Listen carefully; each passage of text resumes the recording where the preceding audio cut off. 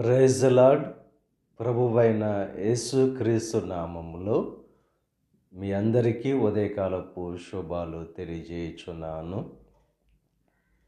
ఈరోజు దేవుడు మనకు అనుగ్రహిస్తున్న అతి శ్రేష్టమైన వాగ్దానము కొరింథీయులకు రాసిన 2వ పత్రిక 6వ అధ్యాయము 18వ వచనాన్ని చదువుకుందాము.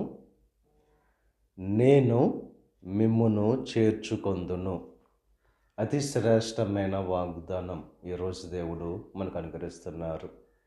మన కష్టాల్లో, మన బాధల్లో, మన ఇబ్బందుల్లో ఎవరు మనల్ని చేర్చుకోకపోయినా ఆయన మనల్ని చేర్చుకుంటానని చెప్పి వాగ్దానం చేస్తున్నారు.